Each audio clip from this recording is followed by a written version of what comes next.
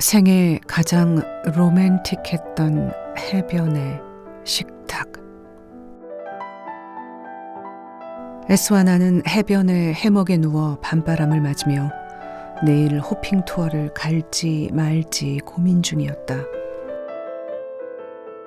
항공 호텔팩 자유여행 형태로 예약을 하고 와서 함께 도착한 한국인 단체 관광객들과 숙소도 달랐고 같이 움직이지도 않았지만 현지 한국인 가이드는 간혹 들러 우리의 안부를 묻고 선택 관광 상품을 소개하곤 했다. 내일은 호핑 투어가 있단다. 배를 타고 스노클링 낚시 등을 하고 섬에서 바비큐 점심을 먹는 전일 투어다. 앞으로 이틀은 더 자유시간이 있으니 하루쯤 투어도 괜찮을 듯 싶었으나 가격이 좀 비싸게 느껴졌다. 1인당 미화 $40. 1998년 당시 보라카이 현지 물가를 고려하면 아무래도 비싼 가격이었다. 그렇게 잡담을 하고 있는데 현지인들이 와서 말을 건다. 그곳은 관광지고 우리는 관광객이고 그들은 늘 관광객을 상대하니 말을 거는데 스스럼이 없다. 어디서 왔니? 한국. 내일은 뭐해? 호핑 투어 가자는데 생각 중이야. 얼마라는데? $40? 뭐라고? $40? 미쳤니? 거듭 정말이냐고 물으며 흥분을 한다. 한국 관광객들은 참 이상하다고. 현지인들한테 예약을 하면 싸게 갈 수 있는데 왜 한국인들끼리 모여 한국인들이 운영하는 투어회사 상품으로만 가는지 모르겠다면서 한국 관광객들은 현지인들로부터 정보를 잘 구하지 않는다며 흥분을 한다. 그러면서 자기들이 내일 똑같은 투어를 하는데 1인당 $6라고 했다. 믿기지가 않았다. $40 대 $6. 에스와 나는 그들이 소개한 $6짜리 현지 투어를 가기로 결정했다. 아무래도 한국 관광객에게 바가지를 씌우는 현지 한국인 여행사의 행태는 서울의 모객 여행사에 반드시 따질 문제다 싶었다. 그렇게 L과 J를 만났다. $6짜리 호핑 투어의 보조원으로 일하던 이제 갓 20살을 넘긴 보라카이 현지 청년들이었다.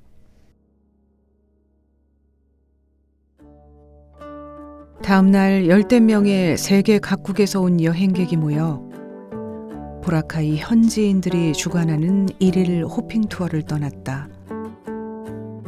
보트를 타고 먼 바다의 스노클링 포인트로 가서 아름다운 산호와 열대어를 보았다.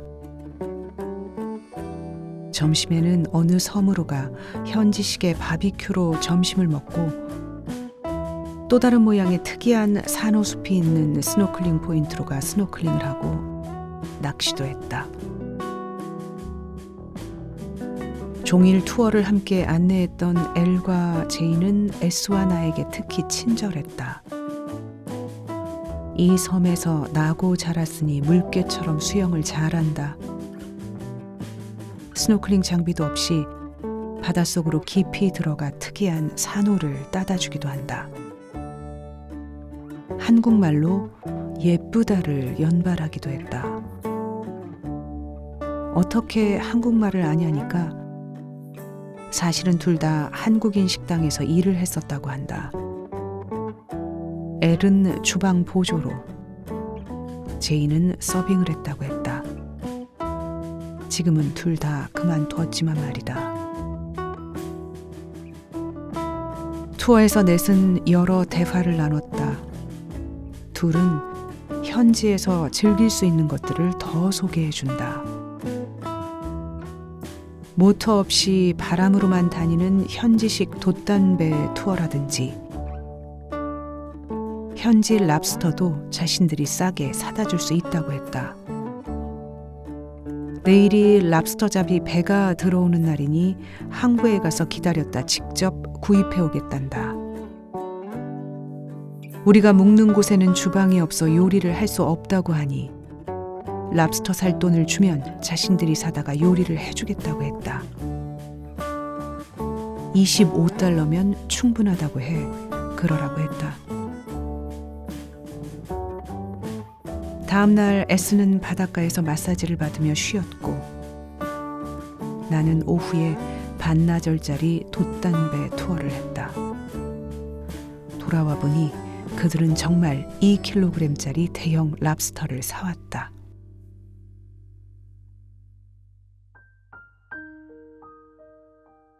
엘이 자신의 집에서 직접 요리를 하기로 했다. 현지인들의 집을 보고 싶었던 마음에 집에 같이 가서 요리하는 모습을 봐도 되겠냐 했더니 흔쾌히 그러자 해 따라 나섰다. 관광객들이 묵는 호텔은 초현대식이었지만 현지인들이 사는 구역에는 전기조차 들어오지 않았다. 가로등도 없는 길을 따라 손전등에 의지해 마을로 들어갔다. 야자수잎과 나무, 진흙 등으로 지은 오래된 전통 가옥인 엘의 집에도 전기가 없었다. 바닥도 제대로 깔려있지 않았다. 흙바닥을 잘 다져놓은 위에 나무판을 줄줄이 얹어놓은 곳도 있었고 그냥 흙바닥이 그대로 드러난 곳도 있었다. 화장실은 뒤편에 나무로 막은 작은 공간에 그냥 구덩이를 파놓은 정도였다. 엘의 집이 특별히 더 허름해 보이는 건 아니었다. 주변 집들 대부분의 외경이 비슷했다. 엘의 집에는 할머니와 동생이 있었다.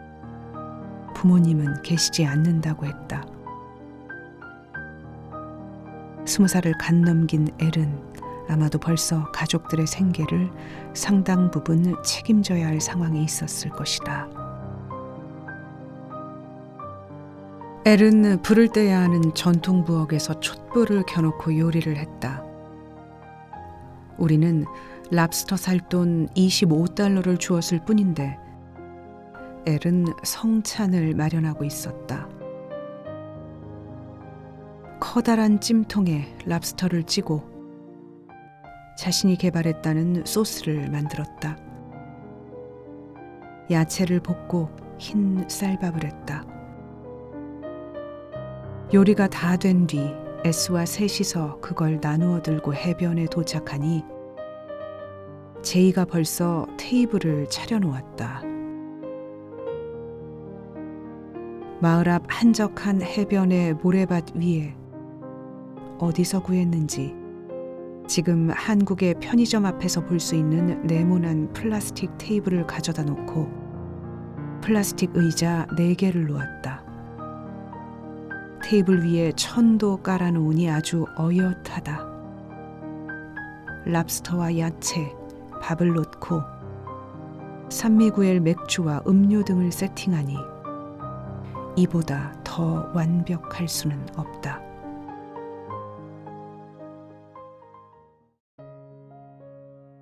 전깃불은 없었지만 달이 휘영청, 별은 총총하다. 철썩, 철썩. 파도 소리가 바로 옆에서 들려온다. 시원한 바닷바람을 맞으며 랍스터를 뜯고 맥주를 나누는 해변의 식탁. 대리석 벽에 도자기와 실버웨어를 갖춘 세상 어떤 화려한 레스토랑보다 더 로맨틱한 분위기였다. 무엇보다 그들이 가진 가장 소박한 것들로 그들이 할 수 있는 최선의 식탁을 차리고 그들이 느끼는 최상의 멋을 즐기게 해준 엘과 제이의 정성이 감동스러웠다. 은근히 취하니 한국 노래와 필리핀 노래도 주거니 받거니 해변의 밤이 깊어간다.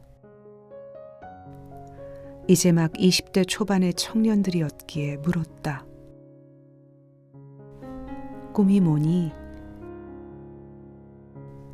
엘은 요리를 더 배워서 큰 식당의 셰프가 되고 싶다고 했다.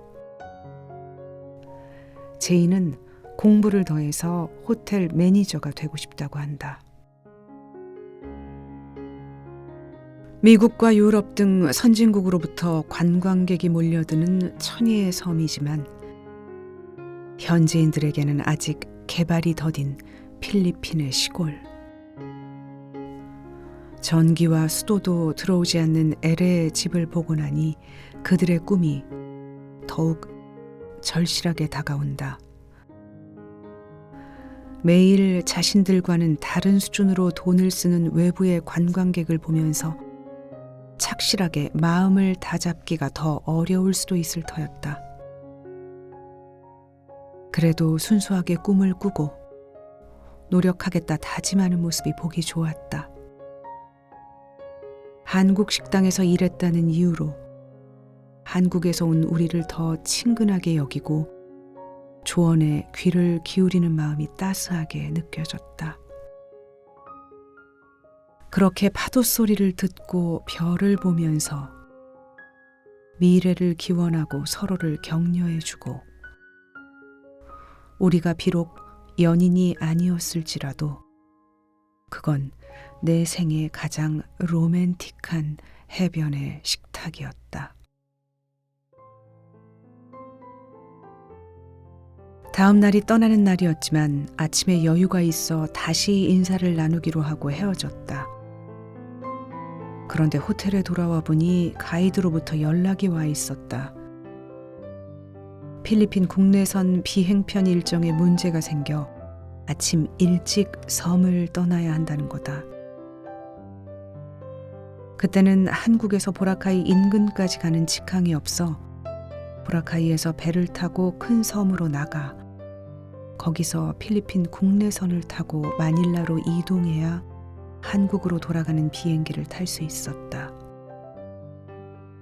우리는 호텔에 메시지를 남기기는 했지만 엘과 제이와 끝내 마지막 인사를 나누지 못하고 아쉽게 돌아와야 했다.